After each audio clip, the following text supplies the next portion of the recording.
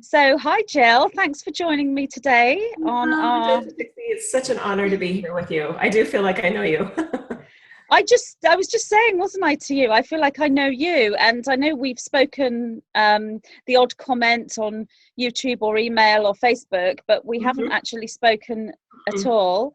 And I think it was a couple of weeks ago or last week, I wrote a comment about service to self, service to others. It was actually in response to a question someone asked me on one of my YouTube channels to clarify, because what I'm seeing is a lot of misunderstanding and misconceptions about what service to self and service to others actually means. And it is a really hard one to get your head around, so I can understand why there are misunderstandings there. So I responded to that and did a statement. Then you wrote, "Oh yay, service to self, service to others, let's get together and talk." So it's your idea. It was my idea. It was your idea, and it's great. So what I'd like to just say, first of all, to everyone listening to this is you and I have not had a conversation before. We've not spoken face to face. We both feel like we know each other, and we've known each other before, and obviously all of that is true. You have those connections with people and you can just feel them and everything. But I have no idea, I can honestly say I have no idea what your opinions are and the way you interpret service to self or service to others. And you would only know my opinions via YouTube videos or comments. So so yes, I would imagine, and I feel energetically, that our perceptions are probably very much in sync, but we shall find out. So do you want to start sort of mentioning? I'd love to start. So is it okay if I actually read that Facebook post that you had? Yeah, go ahead. Yeah. The context setting? Because that was what I saw first. Because I think we follow each other on Facebook. Let me see here. Exactly. Okay, let me look. Is it nice and warm over there? I've got my big fluffy blanket on because it's so cold in England. I'll be in London on Thursday or Friday morning. Oh yes, you will, won't you? We actually have very similar weather right now. Yeah, bring some nice warm jumpers with you then. I'll try and bring some. Okay, so on Monday, this would have been March 1st, you posted service to others is, and in quotations, self, others, environment, food, jobs, etc., from a positive polarized intention based on the premise of all others are self, therefore I love them as I love self. Service to self is harm, manipulation, control, to empower self and self alone from a negative polarized intention based on the premise all others are self, therefore as long as self exists, all exists, therefore it does not matter if other does not exist or thrive as long as self does. Yeah. It was really beautiful. And then as I read it, I was just charged up with all these, I don't want to say counter opinions, but maybe layered opinions and perspectives. And I was like, oh, I'd love to have a conversation about this. And I agree with you. I suspect that I feel our bases are very aligned. Our perspective energetically is very similar, very complementary. And yet I do sense that there may be some uniquenesses and distinctions, which is why I wanted to reach out, because I love to play in that space of somebody else that's connected, I'm connected, and just see how we view things uniquely and maybe even differently, and that's all good. And it's so good to be able to have a discussion with someone and have differences, and then show everyone, that it's okay to have differences and still be friends and be accepting and learn from one another. That's right. No one has the monopoly on the one true answer. No one. So do you want me to start with a perspective to offer? Yes, you go ahead. Okay. So one of the reasons that this has become really interesting to me in my work is that I see for some with this service to others approach that they actually, I'm just going to use words here and we'll see if they hold the energy well. It's almost like they lose themselves.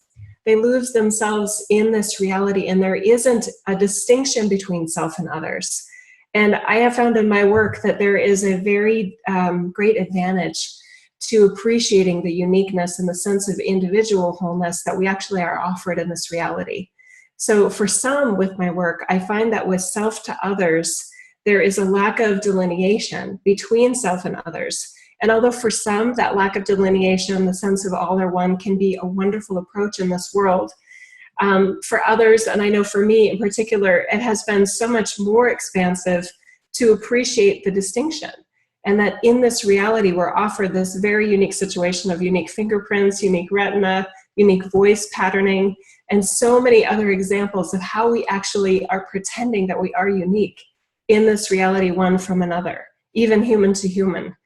So to take this further, we may use different terms in our work, Magenta, so we'll be playing with that probably throughout the conversation. But if you look at unconsciousness in any spectrum in this reality, which to me is just a form of energy, human or non-human, physical or even non-physical, that's operating in a way of less awareness, less connection, less knowing to Source Creator God.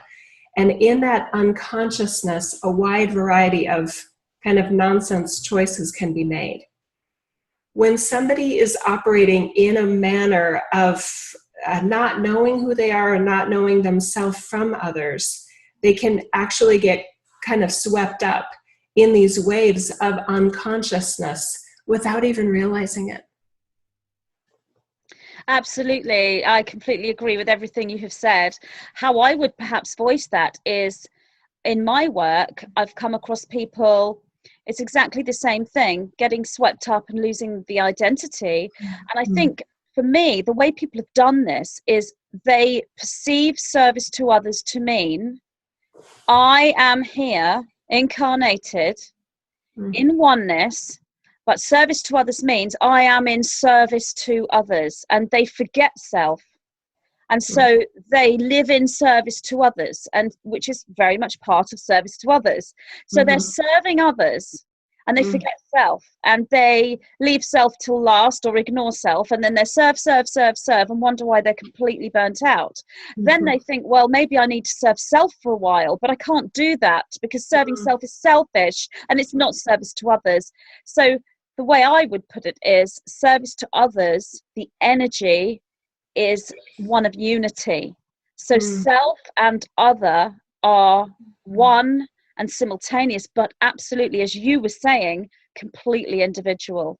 And it's difficult for people to see individuality within a service to others frequency and to see the unity as well, because it's either or. And this is to do with what you're saying, being unconscious. I would call this, you know, someone who is perhaps thinking in a linear sense. So it's service to others without self, or service to self, which is selfish, instead of a more multidimensional view of service to others being one energy. So it's okay, in examples in the real world, it's okay to serve others, as in really what that means is giving of yourself in a loving way to serve the entire world. You don't even have to see anyone or speak to anyone to be in service to others. You could be living in a cave in the middle of the mountains. You could still be in service to others. You might not actually be living and practicing that in a third dimensional or linear sense, but you're still within that energy. So really it's okay to, oh, I'll do this for this person today, and I'll do this job tomorrow, and I'll help my daughter the next day. And then if you are feeling burnt out, or if that energy's been too much for you, it's absolutely okay to say, no, I'm not free today, I'm sorry. And you take time for yourself. And if you need to shut yourself away and, you know, do some yoga and have a bath, or go to a spa, or go out with the girls for lunch, or whatever it is you need to do, that isn't selfish if the entire framework's within service to others. It's really about an open heart. So that's how I would see that frequency and how you kind of work with it practically. I love what you just said right there, and I'm like this. The other maybe layer on this is that, and I felt this in what you were saying, is that when we are coming into that essence, or appreciating that service to others approach and perspective and energetic patterning, when we do so from a sense of wholeness, when we do so from a sense of the unique individuality, identity of self, I would venture to say we actually offer so much more, because we are such, each of one of us is such a beautiful, unique example as an ambassador of light, that I mean, we do it uniquely, and that's the beauty of it, is the individuality of the, if you will, reflection and embodiment of light, of all life, that all life is. So what I find with some people is the more that they embrace that sense of wholeness and fullness within the self, and they're obviously combining it with a sense of, I want to say, a beautiful divine idealism of what this world can be, that they want to be a living example of that. It even, I would say, expands even further what self to others means, because that's the self part of self to others is so beautifully individualized to be a unique example of what you love and what you want to, I want to say, promote in this reality. And it goes beyond words. It's like service to others could be changed to positive polarization, someone who is holding a high light quotient, someone who's opened the heart, who's embodying the green ray, who, you know, there are so many ways to explain. It's simply a frequency. And I think service to others can get confusing for people because, you know, service to others doesn't show us, it means service to self and others in a state of unity and individualization. You know, so it's sort of working, it's a frequency. And it's a frequency. And I think if someone is wanting the best for themselves as well as the world, not just for themselves, but for the world, for their family, extending beyond the family and extending beyond the planet into a complete unity of energy right across, you know, the cosmic multiverse. If somebody is wanting expansion and growth and positive, loving, healthy connection, then they're within service to others. And yet there are so many layers to this, as you say. Like, for example, being positive all the time can actually be detrimental to one's journey if it's taken to extremes. That I would call this overpolarization, or the Nine would call this overpolarization. These are the terminologies they would use with me. But someone who is constantly thinking, I mustn't be negative, oh dear, I felt angry this morning, that's really, really bad, I'm going to tell myself off and do some penance, I must be positive, I have to open my heart and be loving. And then you are sort of lost in this journey of desperately trying to find some balance, whereas feeling a bit of anger or feeling a bit negative or feeling like you are in a state of service to self and you're feeling selfish in that moment, it's simply a teaching tool to be integrated, and it's not the same thing as service to self. So I think another good way of explaining this is a frequency one could call positive polarization and a frequency one could call negative polarization. What I find so interesting, and also this is so confusing for people, is the service to others vibration, the positive polarization, and the service to self vibration, the negative polarization, are so similar in the sense that they are so parallel in so many ways, to the point of using similar terminology, similar symbolism, similar ways of thinking, and yet at the same time they are polar opposites. That's difficult to get across, because then if people are thinking in a linear sense and they're not understanding the two polarities, they will be confused. They'll be seeing similarities everywhere, so they don't know who's good, who's bad, who to listen to, who not to, who's misleading them, who's trying to help them. I completely agree. And you layer onto that this idea that in our modern world we idolize martyrs. So when I connect with the frequency of let's say, well, Martin Luther King Jr. or Mother Teresa or Gandhi, there's such a mischaracterization of their intention, that they were completely sacrificing themselves. And in Gandhi's case, it's even more of a likely misunderstanding, because literally his withholding food to garner attention for his cause, he literally was but his version of it, anyway, there's just so many other kind of trappings related to what is idealism, what is idealized enlightenment, when you look at characters like that have walked the earth among us, and Jesus, etc. There's just story after story after story of we weight someone's gift almost by the sacrifices they had to make in order to give those gifts. And I know for myself, I just feel like I'm really offering light in this reality in a completely different way. And it's very much related to what you were saying earlier. I use the words win-win situation. That to me, a true progressive move forward is where I feel expanded, and the other is at least offered a legitimate expansion as a result of the exchange, whether it's commerce or a service that I'm offering with my work, or really anything, even when I'm compromising with a t-shirt over something with my children in school. I'm always looking for something where everybody can get ahead. That to me is the authentic solution I'm looking for. So that relates very much to what you're talking about with frequency and vibration. The discernment part, I really wish, and I just did a show on this recently, that everyone had. I feel like some naturally have this discernment. They naturally have this assessment of whether somebody is true in their words, that they're really authentic and sincere in what they're saying. I feel like some of us have that, and some of us just aren't as naturally discerning in this world. I don't feel like it's a flaw for those that don't, for some reason, have that discernment.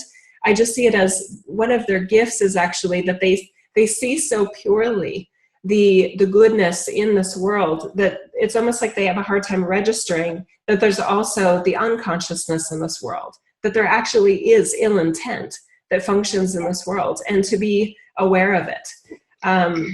Yeah, go ahead. I used to be like that. So I really did. When I first woke up spiritually, I didn't have that discernment. It's really interesting. We're very much in sync as well, because my next channeled video is all on discernment. I just channeled it today, and that's the next one to go up. And also, win-win situation, I use that terminology as well. Right. That is how I would explain someone who is of positive polarization. When I use win-win situation, it's to explain the timelines that they are sort of walking or manifesting in their life, meaning sort of timeline A, B, C, and D are all great. They all have good things, they all have challenges, so it's a win-win situation whatever you do, because when you're positively polarized, your timelines will match the frequency that you give out, so you're in a win-win situation. So I do use that terminology as well. So flipping over to service to self, which is not such a fun thing to talk about really, when you actually look at the literal manifestation of it within the third dimension. That's an energy that again is quite difficult to explain, because it's not as if they don't see other, as I was saying in that status. They do see other, but they see other as, I would explain this as perhaps they need to experience power or feel as though they are all powerful, because service to self is a hierarchical structure. So in order to feel power, they need the powerless energy. So they use other as sustenance, if you like, in order to create that power. So it's a consuming of, but at the same time, you can't polarize in a service to self energy without other. I mean, you could do it, you know, living away in a cave somewhere without other people, but you would need other as in the other energy, but you'd be constantly consuming. So it's really the difference, I guess, between expansion and contraction. You know, it's an opening and a giving and a constant flow, or it's a constant consuming. It's the other side of that, you know, fractal. If you look at it's the torus, you know, where it's all sort of coming in on each other. You've got the inward bit and the outward bit. And I think, you know, when you look in terms of physics, which I'm useless at, but that's what you'd be looking at, these two opposing. But the polarities need each other in this, in all dimensions. However, they're different in each dimension. And here in the third dimension, it's quite an extreme polarity. And I'm sure you would probably agree with me that we are in a state where we're changing now, and we don't need the polarity anymore. In fact, it's lessening already, which is why the service to self structures aren't sustaining on this planet, because we are raising into a different form of polarity. What would you say about service to self? I love to talk about that. So service to self, as you were describing it, some words that I would offer there for people is service to self in the, I want to say the most contracted vibrational state is, I think you used as looking for sustenance. I look at it as kind of like a toaster oven needing an outlet to plug into, and it uses others to charge itself from. So it is energetically consuming another's energy, finances, resources, really whatever it can. And this is the homework for me when I see it. It's lack of regard for the others. There is some level of indifference about whether somebody else is harmed by what they are doing or not. Yes. Intentionally or unintentionally. There's very little sense of personal responsibility or accountability. So I guess in some ways it would fit kind of a stereotype of a narcissist in a lot of ways. Yes, I would agree. Although I also feel that a narcissist potentially could be polarized positive as well, depending on how that narcissism is manifesting itself. Is manifesting. Yeah, exactly. With service to self, I think the consuming and the disregard for others is very much about seeing us all as one, because you know, the service to self individuals, when they polarize, they do take the connection with divinity, just like a service to others individual. They're still making that connection with divinity, and you know, the universal energies don't discriminate between who they will connect with, if you like, but it's a completely different aspect of divinity. It's not the same. It's a service to self frequency that they connect with. I feel that it's very much we are all one, but the way they see that is, as I said in the status, rather than us being all one, therefore everyone is other. Therefore I look at you, I see you as other, but I know that we're one, so I know that you're me. So if I love myself, then I'm going to love you. Or if I love you, then I'll love myself. But we're the same being. Therefore, I will serve you as I serve myself. Yes. Service to self is very much the kind of mentality where as long as I survive, then consciousness exists and divinity exists and oneness exists. Therefore, if I kill you, it doesn't matter because I'm still alive. You haven't really gone because I'm here. Yes. That's a great point. And the the extreme of that in terms of those that really take to the extreme, the holographic reality, that there is only the self and everything else is a projection of self. That is the makings in an extreme situation of an extreme psychopath. And that's what the service to self energy, you know, is really on a third dimensional manifested. And that's why you've got this sort of psychopathic kind of energy. And even within that, as I said, you have this divine connection and divinity, and quite a good, when they get to the sort of full polarization, quite a good understanding of reality, but seeing it in the completely opposing. It's almost like looking in a mirror, but instead of seeing self, you are seeing an opposing energy. Instead of seeing, you know, white and white or black and black, you're seeing the black and white, but not in a, you know, and there are so many different metaphors you can use to explain it. Yeah. And what I've realized, I think even for myself, because I was like you, that I was doing this version of spirituality where it was very based on positive thinking and positive thoughts. And at some point, I have this funny story of my younger daughter and I were with our family in Mexico, and we'd taken a boat out to find the wild dolphins. And when we found a pod of the wild dolphins, we got in the water. We were the only two on this private boat that got in the water. And she was about 8 at the time, maybe 9. And we're bobbing out, you know, very far off the coast, and the pod of dolphins is swimming around us and between us, but we couldn't see them. And she said, "Are there any sharks here?" And I said, that's a good question. So based on some desire for instant manifestation, her asking, "Are there sharks?" would have immediately brought the sharks. So I had already, if you will, spoken with my team. That's what I call my, if you will, divine selfness. I was commenting with my team later on that isn't it wonderful that we can not have to be thought police? In other words, some people's imagination of what instant manifestation can be that's what led many to this concept of what I call a thought police, where they can only think positive things because if they get to a high enough vibration, they will instantly have whatever they think. So in that construct, you wouldn't want to have thoughts about, could there be sharks in the ocean as we're trying to experience the dolphins? Could there be somebody that is trying to manipulate me or mislead me in a financial decision or a service that they're offering me? I feel it's valuable for us to appreciate that unconsciousness does exist in this reality, and being aware of it within others and within ourselves doesn't mean necessarily you're promoting it. To me, it means you're being savvy about this world. Jesus, I love him as an example. He had an inner circle for a reason. Those that were in his inner circle demonstrated their discernment. They demonstrated their personal accountability for the light of Source Creator God that they are and that they were in that timeline. That's what he was looking for in terms of who would be a good friend in the interesting experience and mission that he had here.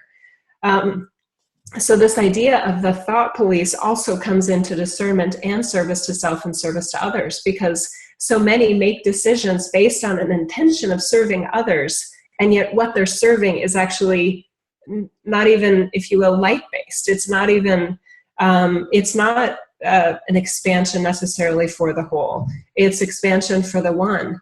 And it is more of a 3D essence of that individual maybe offering a service is wanting for themselves to get ahead, maybe even knowing intentionally that they are going to get your money and have zero accountability. You'll have zero accountability to get that resource back when you have committed to something that they have no intention to deliver upon.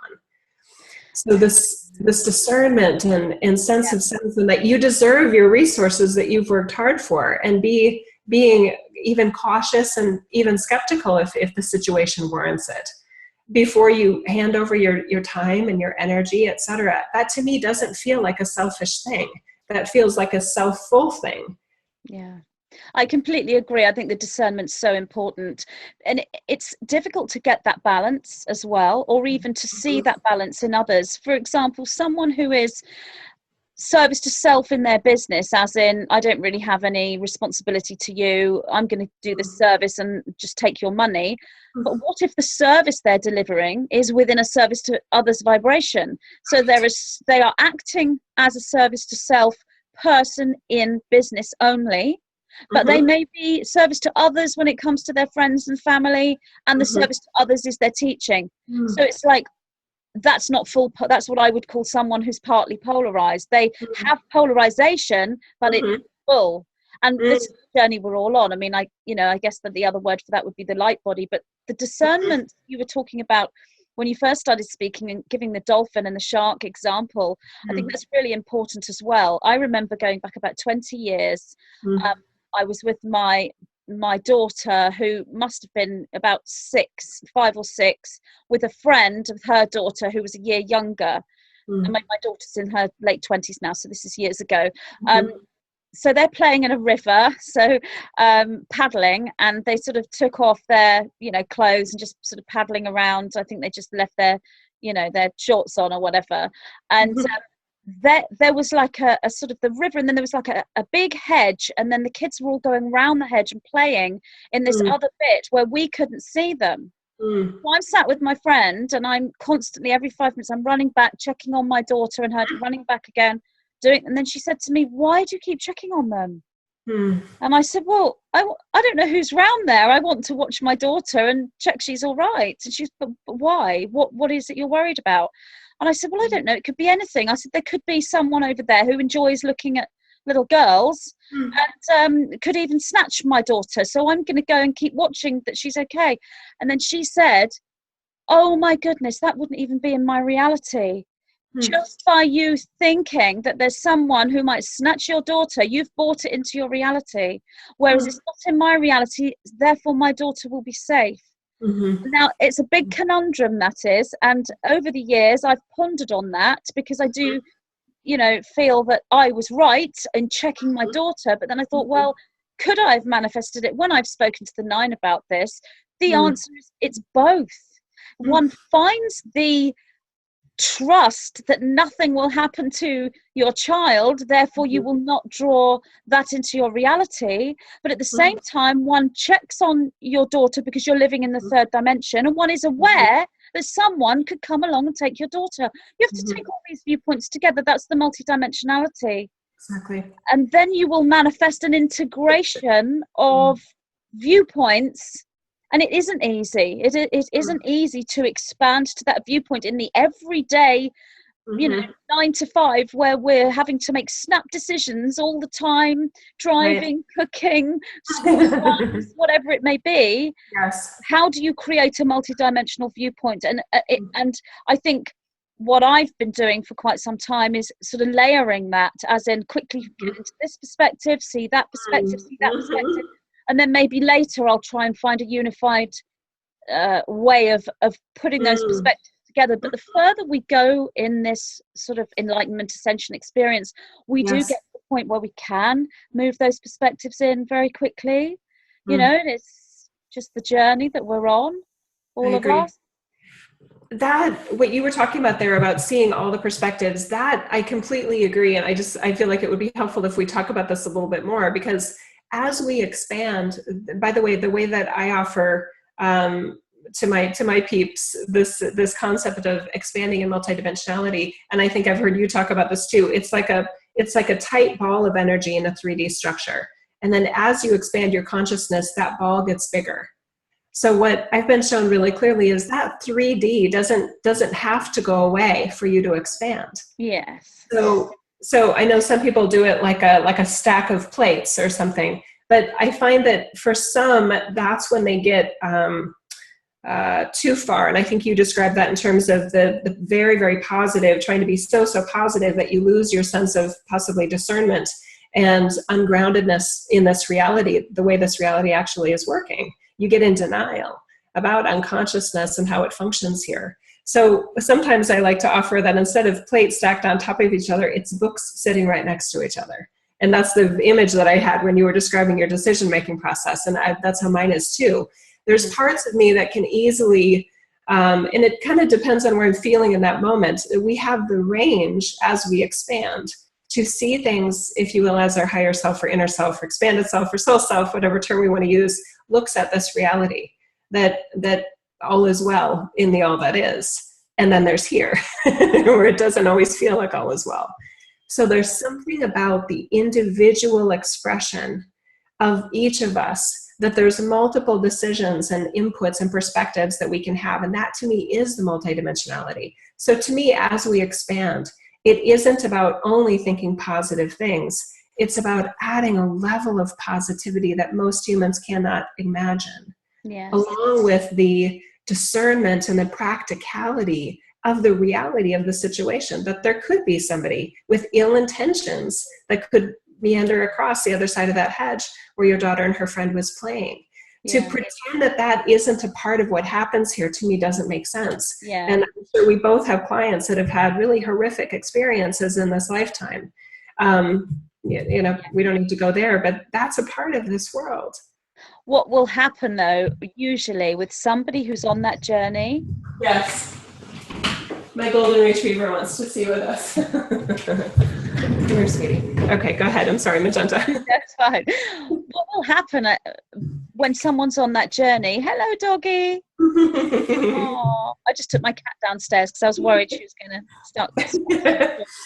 What I think often happens when you're on that journey, when you go to that place where you become more and more positive,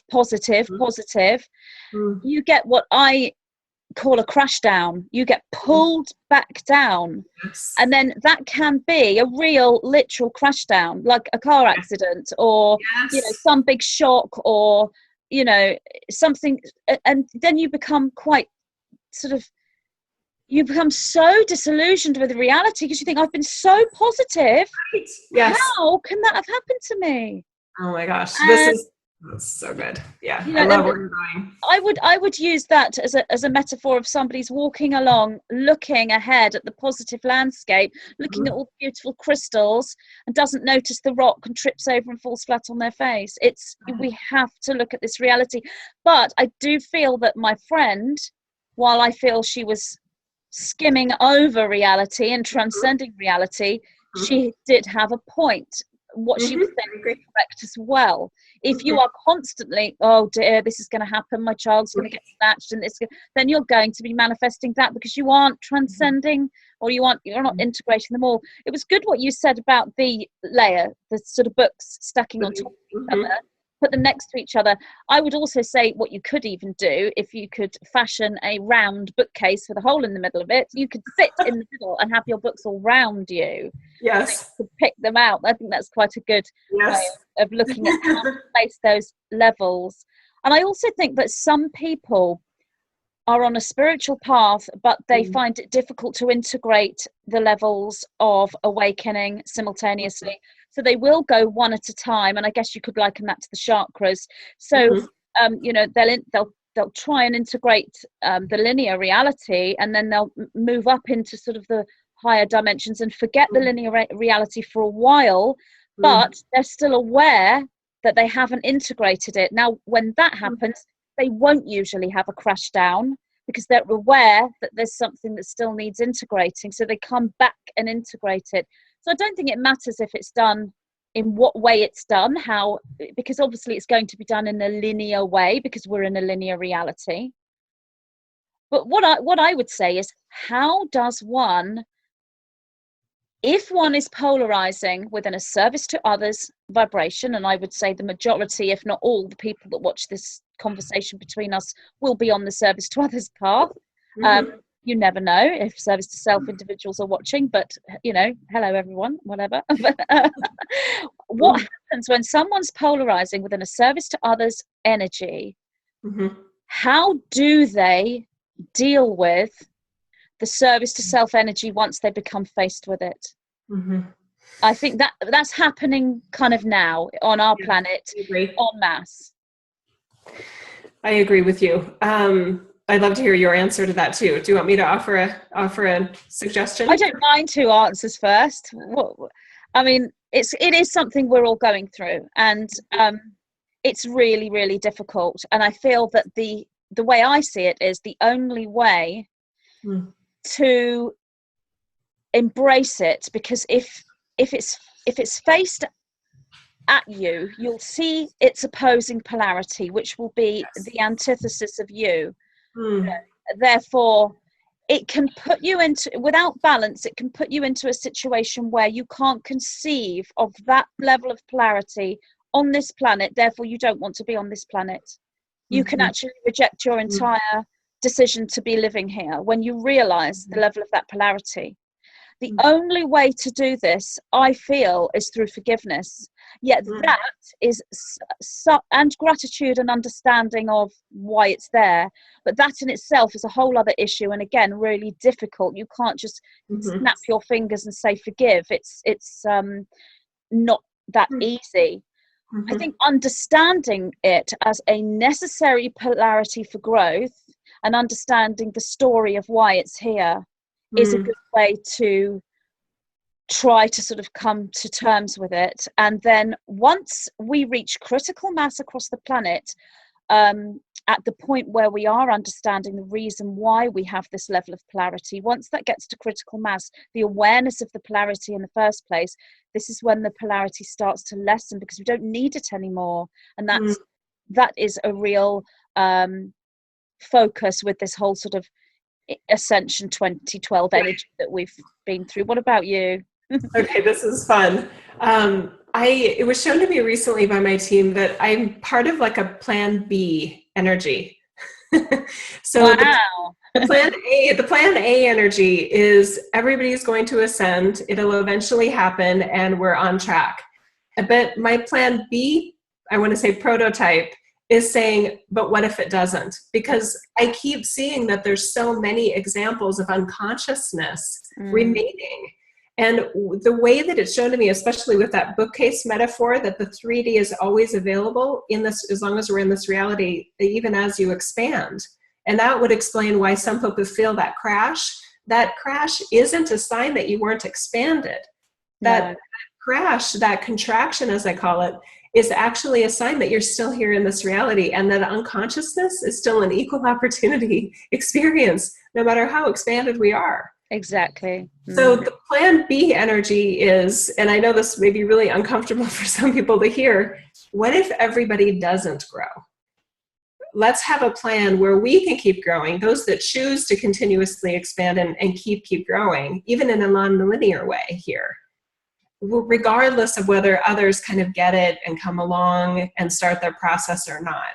So I feel like this plan B energy is a wonderful complement to the plan A energy of everybody's going to get it. Because I guess there's part of me that's very, I want to say, let's see, how do I want to put that? I'm not convinced.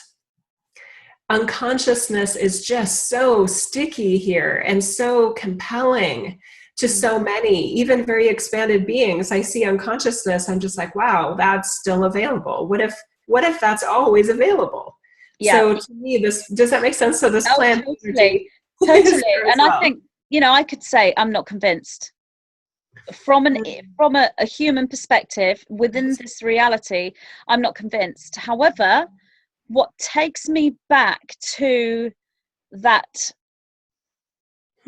place of being able to continue to live here and grow and find all the joys and the happiness that this dimension has to offer is when I speak to my team, when I speak to the 9, they are from a reality where that occurred, where this ascension took place. Therefore, if they exist, and this is personal to me or to anyone who's making that connection, if they exist and they've been through that timeline, therefore it must exist. But it's what they would say to me is, it's good for you to not be convinced, because that is not what they are asking for. They are not asking for what they're asking for is exactly what you've been saying, discernment. And you're finding and within that discernment comes questioning. Faith is something that you find when you are moving into that win-win situation and creating manifestation. It's not blind faith. It's not faith without learning. It's not faith without research. It is faith because that faith is knowing. So while I'm not convinced on one level, I know that ascension occurs, and all the things that occur within that, the collapse of the service to self structure, and the fairness and the justice and the moving forward and the new dimension, I can see it, and I can see myself there, and I can see all of us there. So I know it exists, but we aren't actually living it until we've lived it. And at the same time, we have the other reality where there remains unconsciousness, as you say, and the ascension doesn't occur for those people, and we remain in the same status quo. That's a timeline as well. But guidance system, they always say to me whenever I get to that point, like, I'm not convinced, and it's not happening, it's not going fast enough. I get those days, as we all do. Then I see where they're from. They say to me, but we hail from that timeline. So beautiful. So I love that. Thank you for that. Because when I heard you say, I kept expecting you to say, I know it's possible, but you didn't. You said, I know it exists. Yes. So that really, that's, the knowing of it existing is what gets us there. And we aren't going to find that knowing if we don't take the perspective of, I'm not convinced. That's right. When we say, I'm not convinced, this is what makes us look. We do one of two things. We either give up or we carry on. And how do we carry on? We carry on by looking, by discerning, by integrating, by examining. I got a little bit despondent yesterday, I have to be honest. It was the equinox, and I watched the hearing with the director of the FBI and everything, and saw the questioning and everything. And I really expected something, as it was the spring equinox, and I knew about how important the timing is right now with this sort of end game, if you like, for that service to self structure. I really expected yesterday, as the hearing was yesterday, to see some evidence of it, but all I could see in the hearing was evidence of one great big act occurring and corruption occurring right in front of your eyes, with the truth again being buried. And it's not like me to get despondent, because I'm constantly in touch with the 9, and But what they would say to me is, when I feel despondent, it's a teaching tool because others are feeling the same. So how can you teach people? How can you help people if you don't know what feeling despondent is like? If you don't know what it feels like to think, it's not happening the way I thought it would, and it's not going as fast. I mean, I'm assured by the 9 that there are things in the pipeline that are about to occur, and that will make sense when it occurs, and we need to sort of remain in the knowing of that. But what you were saying earlier, I would liken that very much to your plan B, which I think is fantastic. I would liken that to straying from the path. So when you're on the path, you're walking that path and you're in alignment, going from A to B, and here's your start point and there's your end point, and you're off in this lovely, beautiful, straight line. And of course, that's not how it works. When you wander off the path and you go away from alignment, you go away from your blueprint, that's your plan B, because moving away from the path is in itself remaining within that path to the point where your learning is intensified, because you have the contrast of being away from enlightenment, away from alignment. So that's what teaches you to get back to that. So I think that's a similar thing to the plan B.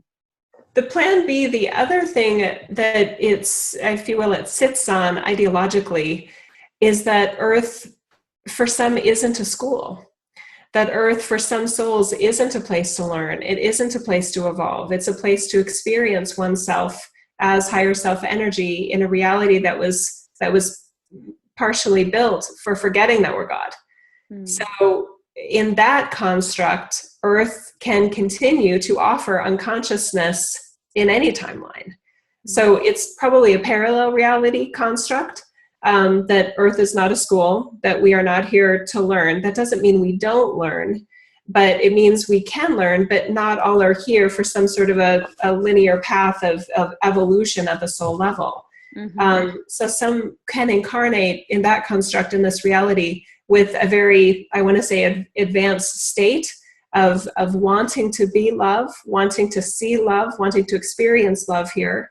And others can side by side incarnate for forgetting that they're God, forgetting the love and the light that we know as our purest self energy. So you mix those together, and to me, that to me is the best explanation I have of how Earth is as it is. And that ideology, that's where I started to get frustrated, actually, even more than disappointed. I was getting frustrated with all the predictions of it's going to get better, it's going to get better. And my team was saying, well, it can get better. So this is where you and I may feel more complementary, but sitting next to each other in this. This idea, the plan B part of me came up because, Magenta, I don't want to have to depend on everybody else for my life to be amazing. So this became very personal for me as Jill, as a wife and a mother, as a human. I didn't want to have my joy and my sense of love to be contingent upon how others are or not being. So my own expansion came about by trying to challenge myself. How can I stay feeling love for other people, even when they're literally choosing to be completely unconscious? How can I do that? Because I feel it's a big ask, but it's amazing how it actually isn't that hard. To me, it kind of snaps us closer to our team energy and how they look at things. Because when they're looking at when our expanded self, our higher self, our teams, etc., are looking at the reality. One concept that I know as true is when somebody's making a really idiotic decision, whether it's the hearings yesterday, right? And there's just all this unconsciousness and perpetuation of just nothing being said, really. Exactly. Puppets on strings, just there's robotic, zombie-like sorts of conversations. My team would look at that and say, yeah, that's unconsciousness being offered in this reality and clearly being chosen. So there's another way for those of us maybe that are less patient, where we can choose to embody this amazing level of light that is an individuated form. And it is very much in service to others as you're describing it. And yet it's taking advantage of the individuation that's here. I agree. How the nine would explain this to me is they would say, you know how you're integrating yourself, as in you're looking at the unconscious aspects of yourself, maybe the buried aspects, bringing them out, looking at them, integrating them, learning from them, expanding, and creating an integrated whole as a person. When you want to assist with the integration of the life that you're living and the world and the planet, then you would see that as your body, and that you're all one. So you're just integrating the body in the same way, but you're just doing it on a global scale as well. So it becomes a sort of a oneness with you. So do you feel like the nine and you as Magenta feel that there is, for an expanded enlightened being, that they need to feel responsible for others, that they do have some accountability for others in this reality? Curious about that. So you mean, do the nine feel that way? Or you can answer for Magenta too. So however you want to, the nine, that's a great question. The nine wouldn't have responsibility or accountability, but what they do have is a mission, I guess. When because they're such a multidimensional consciousness, there is a time where there is no agenda or mission or any kind of change from oneness. It's a pure source frequency, and that's really when they, from a linear point of view, are not merged with me. So if I'm busy doing something and I'm not thinking about the nine, then they're not individualized. When I communicate with them, they individualize as a structure. So when they individualize as a structure, then it's a positive polarization. The mission is the polarization of the positive energy. The reason why they do that is because of the polarity on this planet. So you've got the service to self individuals and the service to others individuals creating this polarity, which gives choice and contrast to a free will planet. So a third dimensional free will planet must have choice and contrast. Right. So if I ask for a connection with the divinity, and a service to self entity asks for a connection with the divinity, on one level they will access two completely different frequencies. So that there'll be the nine, which is positive polarization, and then there'll be whichever one, let's call it Lucifer if you like. A popular one, Lucifer being a service to self, which that's a whole other issue, because the Luciferian energy can stretch across both, and all of them, but when you go above those structures, as in individualized structures, you get the same source. Yes, I agree. One monotheism. Yeah, but for me, I do see that my question was confusing. No, well, I was going to say, from my point of view, do I feel a responsibility? In a way, I do, from me, from Magenta.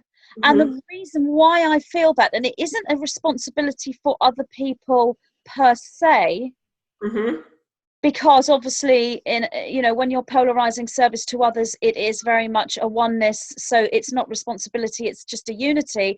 I feel responsibility when I put out material. Yes. I'm going to put out material. I have responsibility for that. And if someone is being helped by my material, then I'm very pleased. And that happens all the time. And but there are always people who don't like my material and may be disturbed by it or in some way. I mean, I would see that as a triggering, but I would feel a responsibility, not to the point where I would stop. The only way I'd stop delivering material is if I was assured that every single person who watched my material was harmed by it. Then I'd be stopping. That doesn't happen. No. There's the free will. Where my responsibility is. So sorry for that. I didn't phrase my question. No, it's a great question. It's a really good question. Maybe you like the way I meant to say it. So it wasn't about, do the nine feel responsible for the reality here? There was something about what I heard you say about how the nine describe that, I'm going to use the word collectivism, which is probably an exaggeration, but the sense that we are all one here. So there's some sense of accountability. I imagine that there's the way that they would say it, and this is what I'm asking you, where does the individual human accountability start and stop when it comes into the fact that in this reality, unconsciousness is available, we have free will, we have sovereignty, whether we're conscious of it or not? Because I have probably an extreme view about that, where that personal accountability begins and ends. And I'm curious, from your view of that we are all one here, where is that line? Well, they would say that personal accountability is a distortion from unity in the first place. That doesn't mean it's not supposed to happen, and it doesn't teach. So unity, the 0 point, there would be no accountability, therefore that is pure connection with source, exactly the same as the structure of source. When we feel personal accountability, this would be completely based on the self. And those that feel personal accountability based on the actions of others are still in the state of learning and haven't come into full balance. Okay. The only way that the 9 would say that this is, even within a fully polarized individual, living within the 3rd dimension, there are still cases where others can trigger personal accountability within individuals, and that is for the reason of parenting.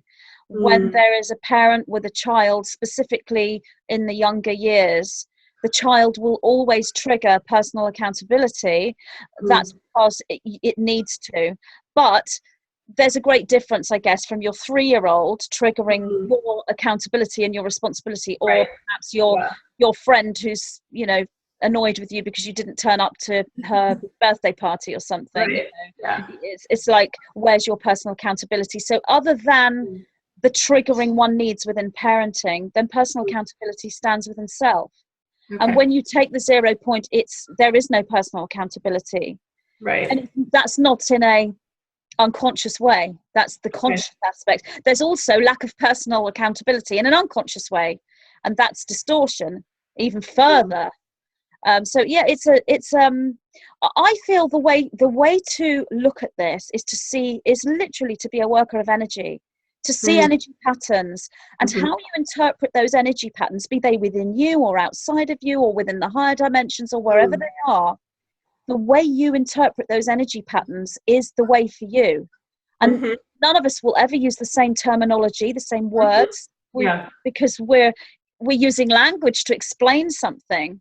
It's energetic. The language of light is the nearest energy that we can use for communication, and that's really symbolism, picture, and emotional feeling. So this is why so many spiritual teachers will talk about visualization and color rays and that sort of thing, because you're using the language of light through symbolism. It's really a decoding and an ability to see energy or feel energy. I like that. I'm wondering sometimes if this concept of service to others, where someone may feel maybe an over exaggerated sense of responsibility for others, how that may actually sort of enable this lack of personal responsibility for others, that we're not promoting personal responsibility of everyone for themselves, do we agree that a very expanded individual is like you were saying with your work, taking, very complete, and I would say responsible responsibility for what you are and what you offer in this world, knowing that we can't control how others receive it. We can't control whether it ends up being a positive experience for some or a negative experience for others. Our intention is that everything we offer is uplifting and upward spiraling and positive polarity, etc. But anyway, sorry, my question got long there, but did you hear that part? I mean, I think that's absolutely correct. And the 9 always say to me that when I release material, let it go. And then your personal responsibility is complete. Move on to the next creation. That's what they would teach, because it moves into the synchronistic energetic field, and then the 9 or the synchronicity will then take over from there. I still feel responsibility, but that's me, I guess, and only because from the human point of view, I've created that, but my feeling of personal responsibility is a distortion from source. And if I can get back into the 0 point, then I will do exactly what you said. I'll let it go, and I will feel no responsibility, and that is not in a negative way. But the other part of your question, sorry, can you repeat that? The beginning? Yes. So the system of being responsible for others can actually enable lack of personal responsibility. Yes. That can take you into this victim savior mentality. If you have so much personal responsibility for others that it's overwhelming, and then there's a certain expectation within that, this can take you into a victim mentality, because you may not receive back what you're thinking. Because if you are taking personal responsibility for others, then it's very difficult for you to take an over-the-top personal responsibility without expectation. So there's potentially you're moving into victim sort of savior mentality, which can, if you're in victim mentality, open you up to not necessarily a full service to self energy, but it can open you up to a distortion of energy. But in itself, that's plan B, that's straying from the path, which will assist you. And the 9 always say to me that when you stray from the path, it's like taking your bow and arrow, and you know when you like pull the arrow back, you know, you sort of pull the bow back to then let the arrow go. Straying from the path is akin to pulling back the bow, and then you let the arrow go, and it goes twice as fast because you've given it the momentum to stray from the path. So every single thing, whether it's you know, victim savior mentality, over polarization, whatever it is, it's all a teaching tool. And you know, going back to your comment earlier about the school, I think that's fantastic, because what I would say, you know, you sort of see it as some people incarnate here and it's not a school for them, and others it would be. And I agree with you completely on that sort of perspective. But I would also say that for everyone, you could make 2 statements, and you could say Earth is a school for you, and Earth is not a school for you, and both of those would be true. Yeah, like with the girls playing behind the bush in the river, right? Exactly. Yeah.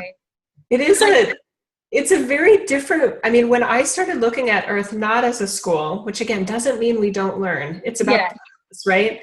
It really actually opened me up to this other concept of allowing your mastery from your higher self energy, and whether it's parallel realities and parallel incarnations that you've had, or really beyond this reality, any experiences that you've had as a soul, and any experiences you haven't had, that you really open yourself up to the full array of possibilities in this reality. And that approach, that Earth isn't a school, it can actually give you a nonlinear access to expansion, consciousness, light within, that you almost feel like you didn't deserve, right? Yes. Because you're beyond the concept of Earth being a school. So that was an amazing expansion that I like to offer other people as a possibility. So the other part, this is interesting about the straying from your path concept. This other concept of the plan B, Earth is not a school, there actually isn't a detraction from your path. Yeah, exactly. Right? So then Jesus would say, well, I didn't have to do what I did. I didn't have to live the way I lived. I made a conscious and sometimes unconscious choices about the representation of light that I wanted to be. So give yourself more free will. Really, I would say it's a deeper embodiment of the sovereignty that we're offered here, that there isn't one path, and that we literally are divine creators creating our path without a preset path. That our teams are following us and we're not following them, and our teams aren't, you know, then we're not looking for guidance from them. We may look to advice from them, but they're also looking for, you know, how can we support you today, is how, you know, it's very different. Exactly. I mean, you could say the path is in front of you, and when you stray from the path expands, so you're still on it, or the path moves, so you're still on it, and then you can go one step further and say there is no path. Right. Or the path is wherever you are is probably more accurate. The path is wherever you are. Exactly. It's it's these paradoxes and these multidimensional viewpoints and these giving of yourself, your paradigm, your belief system to potentially opposing viewpoints. And but that is what leads to expansion. It's the ability to see these different pathways, and often, within the spiritual movement, it can seem so contradictory. I've had people say to me, which is true, this or this, and they're both completely opposite. And so when I say both, I mean, my partner teases me, he'll say, what should we have for tea, this and this? Oh, we'll have in both, aren't we? He teases me because it's both, or the answer's yes and no. He'll ask me a question and I will blankly stare at him, and he'll say, oh, I know what your answer's going to be, yes and no, because it kind of is, it's just teasing. But it's kind of like, from some viewpoints, a linear viewpoint, people would say, well, that's a cop-out. You're not subscribing to any viewpoint. You're not actually, I've seen it on, I've watched this, I don't know if you have Big Brother in America. I've watched Big Brother, Celebrity Big Brother. Yeah, and I try not to spend too much time watching things like that because I'm too busy, but occasionally I have, and it's been interesting. Yes. I do remember one person getting so angry with this pretty neutral person by saying, for goodness sake, subscribe to an opinion. But absolutely that's a linear concept. And you do subscribe to the opinion, but you subscribe to all of the opinions. It doesn't mean you have no opinion, or it's a cop-out where you're saying, whatever, I agree, whatever. It is understanding these different perspectives and actually genuinely subscribing to them and living them. And yet they are seen as opposing. That other part of your question is what you were saying about there is no about the school. Well, I would also say that when you incarnate here, from one perspective, there's a mission.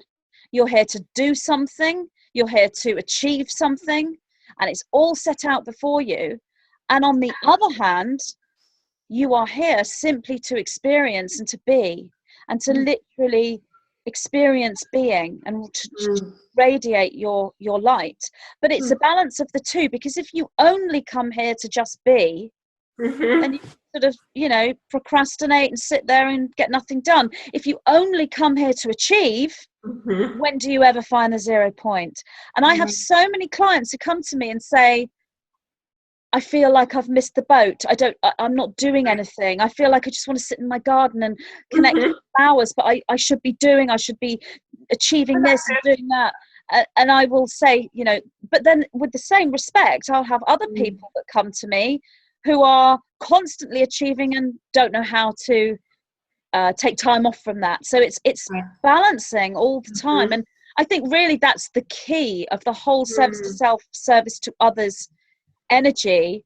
It's balancing that, and it's understanding that within a service to others individual, you are going to have aspects of you that you can see as service to others or service to self within a service to others structure, and the same with a service to self being, because you could have an individual living within a service to self environment, living a service to self structure. They probably won't have polarized, but they're still going to be needing others in their life and are potentially serving those others in order for those others to serve them. Very distorted way of thinking for a service to others individual.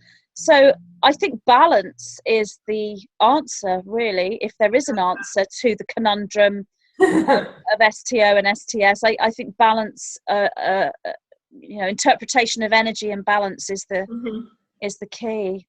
And if we look back, all the symbols we've had since the beginning of time, like the yin yang, I guess that's the big clue, isn't it? It's sort of like the balance within self. And the mission part, I feel like we may be kind of coming to a close here. The mission part gets interesting, because who does the mission own the human journey, or does the human individual own the mission? And that's where it can get, to me, out of balance, is when somebody feels like, am I fulfilling my mission? And another way of asking it, which would probably be more, to me, balanced, is, do you feel like your mission is serving you? Are you allowing yourself the authority to revisit your mission if you desire to, with that sense of achieve, achieve, achieve? If it's at the expense of yourself, then you're falling into the martyr program. And I would venture to say, I don't know if your mission could be accomplished. And then another part of me would say, but the mission is what you allow it to be in the moment that you're being. So it can be very dynamic and flexible. And to me, that's a truer sense of sovereignty than that the mission overrides the human journey and that we have to live up to the mission. I would hope that the mission lives up to the individual and can keep up with their expansion as they're choosing to be that expansion or not.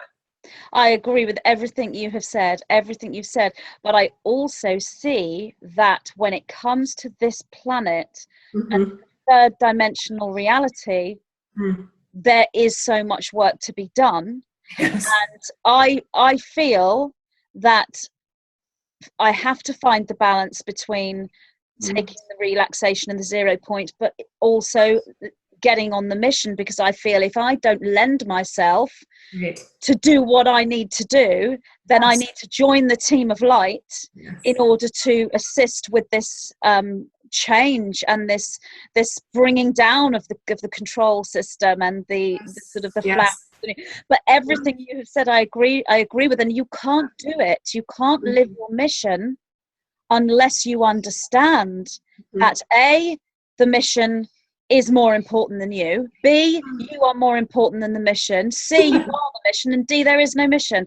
And I mean, I know until you get that expansion and you subscribe to all those views, how can you live your mission without? Because you're looking at multidimensional viewpoints, you're looking at all the dimensions. But I would ask with your guides, do you, the same as me, you communicate with them and you teach as you, but you use their teachings and their connection within your teaching? Is that how?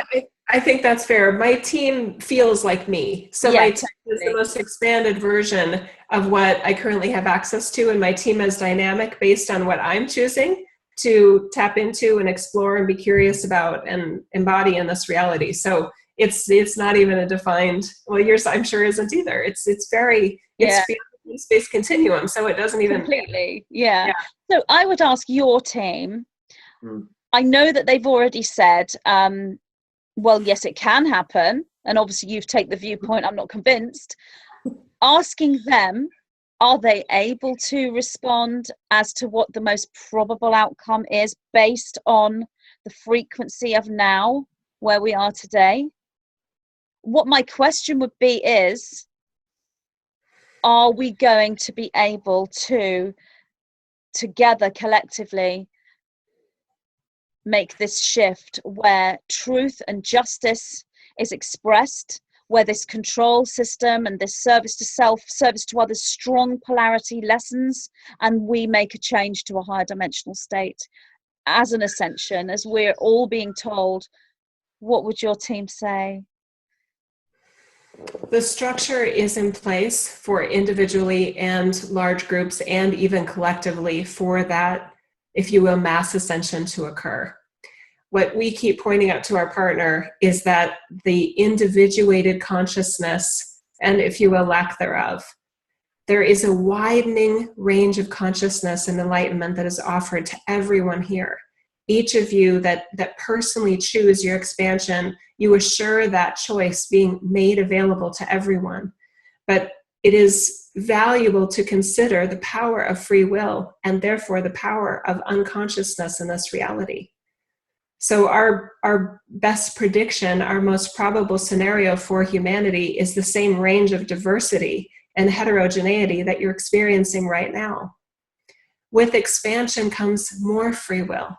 With expansion comes a widening range of enlightenment representations on planet Earth.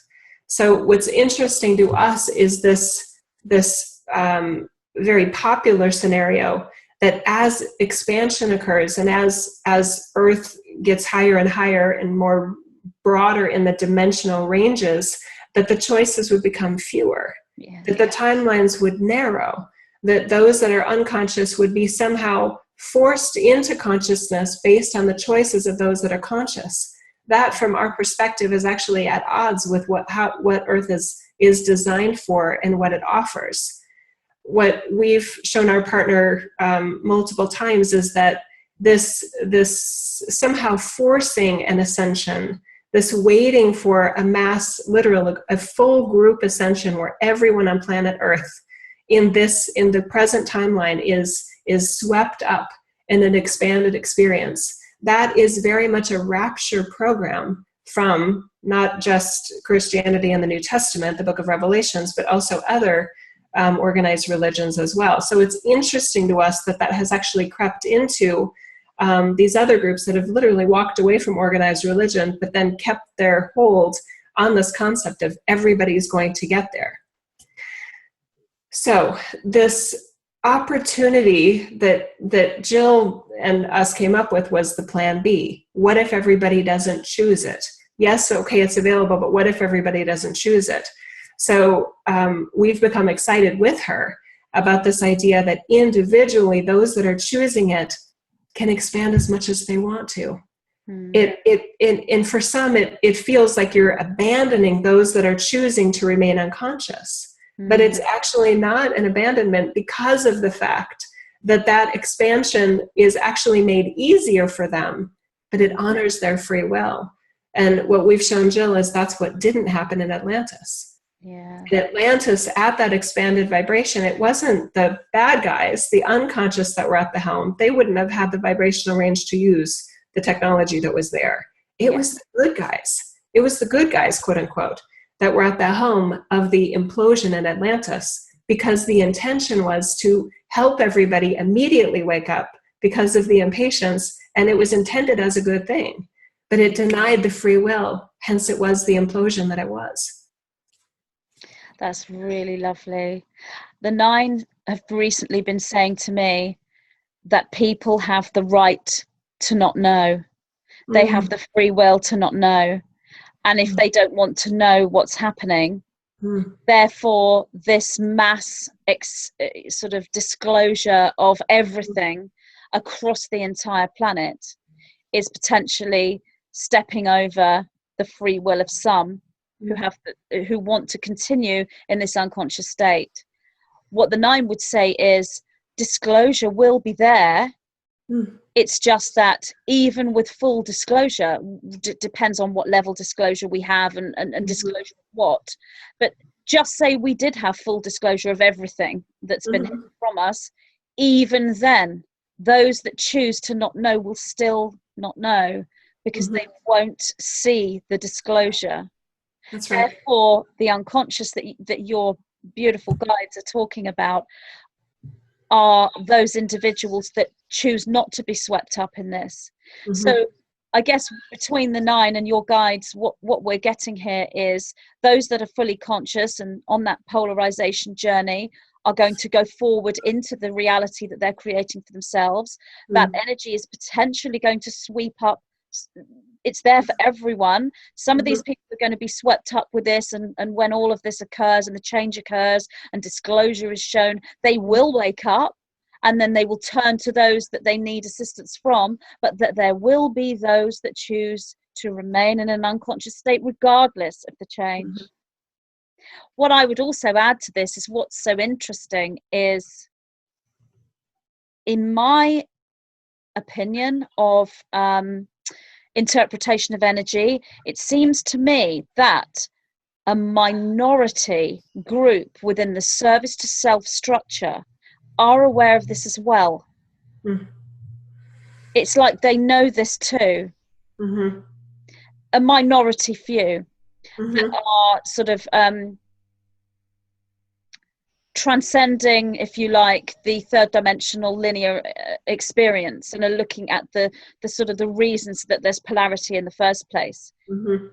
That they also know about this whole sort of plan, I guess, that's occurring. They're aware of it, and they're not in resistance to it. Not those at the top of the, these fully polarized service to self individuals, which I've said is quite an antithesis to us.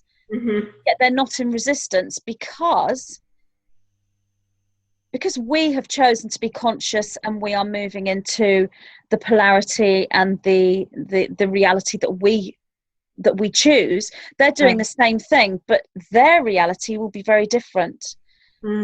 So almost as though there's a positive dimension and a negative dimension, and both of those are available. The plan B part for me was I wired myself to be very impatient. So so it feels like we're giving up our free will if we're waiting, and our sovereignty in many ways, if we're waiting for any sort of power structure in the STO or the STS model, that we need their approval, that we need their cooperation. So to me, that was also about the plan B, is I want to make sure I want to say not only what we deserve in terms of our own sovereignty and our true free will and the true ownership of the unique light of Source Creator God that we are, that we always have been, and that we always will be, regardless of what it looks like or doesn't look like here. I don't want to have to wait for full disclosure. I get really impatient and irritated by predictions of we're almost there, and I'm just like, psh, I'm not waiting for any group. Well, I'm just going. I mean, not going, leaving, but going, allowing my light to be this undefinable construct that is guided by love for self and love for others, but not in a martyr way, not in a hero guru way. Honoring the light of Source that is in all life, whether they acknowledge it or not, while being discerning, like we were talking about, that balance of really letting my eyes and my ears and my 5 human senses, along with my other sensory awareness systems, really observe what somebody is choosing to be. I don't want to deny that. That to me is not even safe or healthy in this reality, to deny what you observe from what another person is choosing to be. So therefore, the constant predictions of everything's going to happen, it's all happening, and it not happening, that in itself has been a good thing for you, because it's tricked you into the release and the freedom and into your plan B.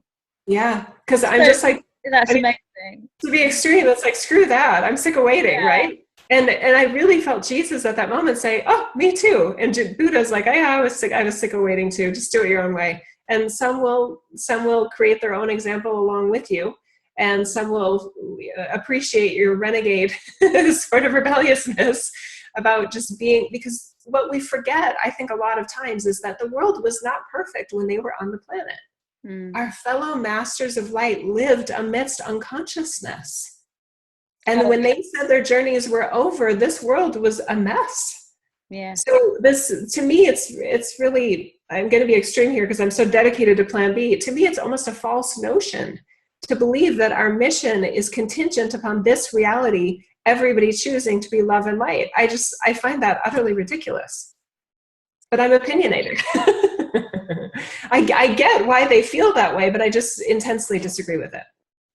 So you disagree with someone who is completely invested in constant love light. So that's what we would call the overpolarization of over positivity. Is that what you mean? Yeah. I don't feel like it functions. I mean, I think for some, if they can live in a cave or in the mountains or in a remote ranch in Maui or something, maybe it can work. But for those of us that literally are interacting with the real world, and we have rules and true responsibility as parents or a partner to another person, etc., that the real world, I think, will get in the way of believing this notion that everybody is awakening.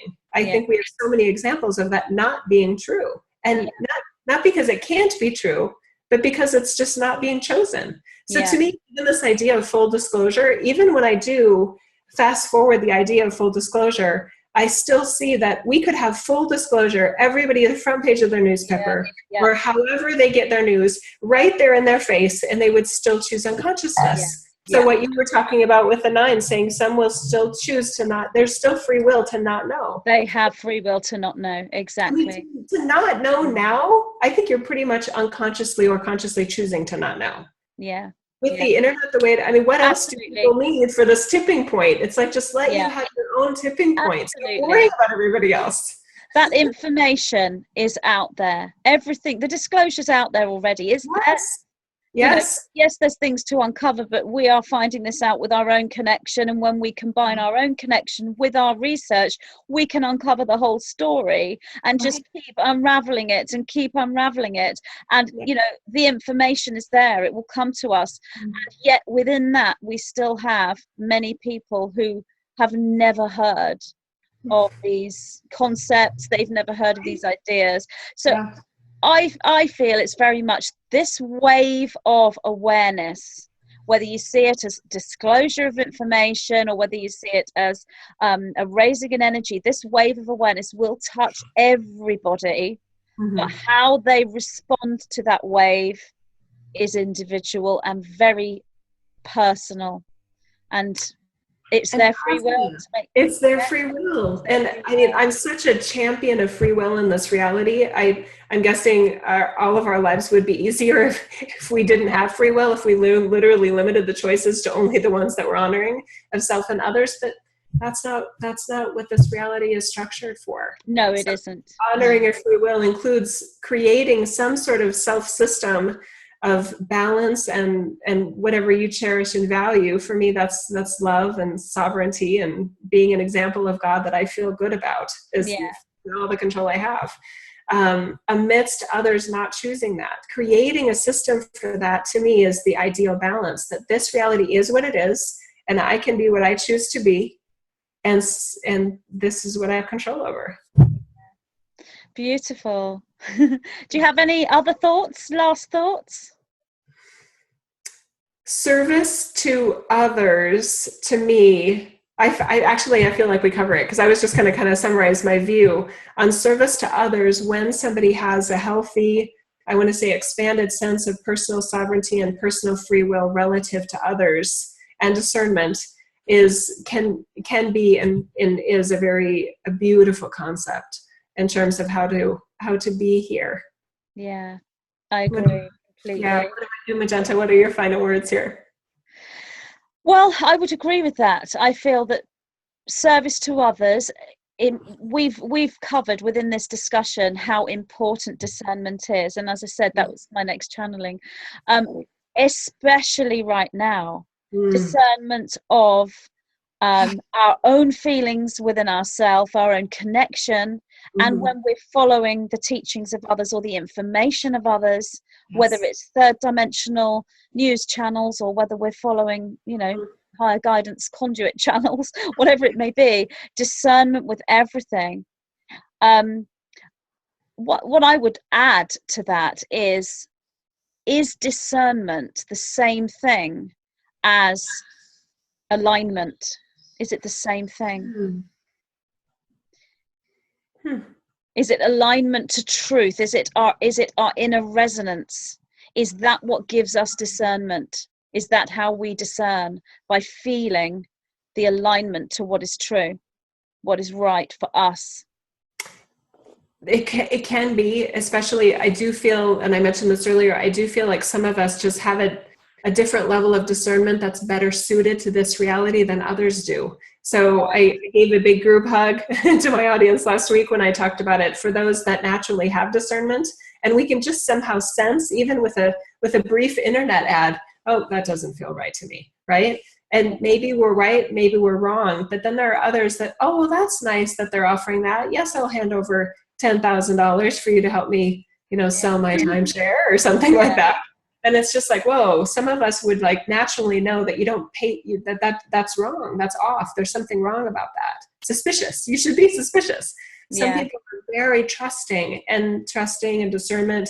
Sometimes in this reality, somebody's natural discernment system isn't wired well for this reality. And I have a huge hug and compassion for them, because I hope they slow down their decision processes to maybe consult with somebody, even as a friend. That's what I would say, to consult with someone if your discernment ability, and I think the analytical individuals will discern through analysis. I think if you can use alignment and analysis and every tool that you possibly can to your disposal, discern, that's definitely a huge tool in finding this balance and finding your place in this reality. I think things from one perspective are going to be, amazing when it comes to growth and expansion, and the unity and the connection that we're going to experience. And on the other hand, things are going to be really tough and really challenging as well. For me, what gets me through is constant analysis, constant connection with the 9, constantly, integrating every single thought. Yeah. If I'm feeling like yesterday, I was feeling disappointed, I was expecting something, but as you've said, I shouldn't be hanging my reality or my ascension process on what happens amongst the American intelligence services. I mean, why am I hanging on to that when there's so many structures everywhere? So I think as long as you can integrate and you move through that, if you're hanging on to despondency and disappointment and it's staying with you day after day after day after day, then you are going to be completely consumed by that emotion. But if you feel it, it's okay. It's teaching you something. I agree. And thanking it, gratitude for the emotion. That's right. I don't want whether my day is going well to be based on, a Supreme Court justice nomination hearing. So the radar that I use, instead of how things are going out there in the world about how I'm doing, is I literally use something that's very simple, but to me it works, is how much love am I feeling for myself and for others? That to me is my best radar. And when I don't feel that sense, when I pick up at my younger daughter's school, can drive me crazy. It's a circus of chaos and lack of intelligence in cars. It's just like, so that's a good litmus test for me, is am I feeling love for all of these drivers, even when they're cutting me off, even when they're not sharing, And then there are moments when I'm like, okay, everybody's driving me crazy. I think that's great, to actually feel love. To feel love for somebody who's, irritating you or upsetting you. And exactly. Part of me can be irritated, part of me can be feeling love. And what makes me feel good is making these connections like you and I are doing, and all the people that are listening who are of the similar vibration, regardless of what's happening on the planet. That in itself is, well, the 9 would say, you create a stargate. When you connect together. And that stargate is a higher dimensional structure within the time-space field of this reality. So the stargate of connection, if your heart is open, that's what's creating the reality that you are experiencing, that's a vibrational match to that stargate. Yes. So Petra, before we say goodbye, I want to say thank you to you. When I woke up in 2008, 2009, it's become very clear to me that those of you that were doing this amazing work for so many years made it so much easier for all of us that are awakening. So thank you, sister. Thank you, sister. So we end, say goodbye, shall we? But thank you for listening. Bye, everybody. Thank you. What is the Matrix? Who are the Masters? I, Magenta Pixie, am so very pleased to present my first book, channeled from my guidance system that I refer to as the White-Winged Collective Consciousness of 9. Discover the true story of our origins as an energy system, how we lost the original template for our destiny, and how we are now in the process of remembering those lost codes. Learn how humanity may reclaim the sovereignty which is rightfully ours, bringing us back into wholeness, integration, and full understanding of who we are, what we are, why we are here, and what we are here to do. Spirituality, metaphysics, and science merge as the sacred geometry, known as the language of light, is downloaded and decoded. The realization and activation of these ancient codes for a new dawn of man is an alchemical process available to us all. Now is the time that collectively we move forward into a fully conscious ascension and embrace the new archetype of Master of the Matrix.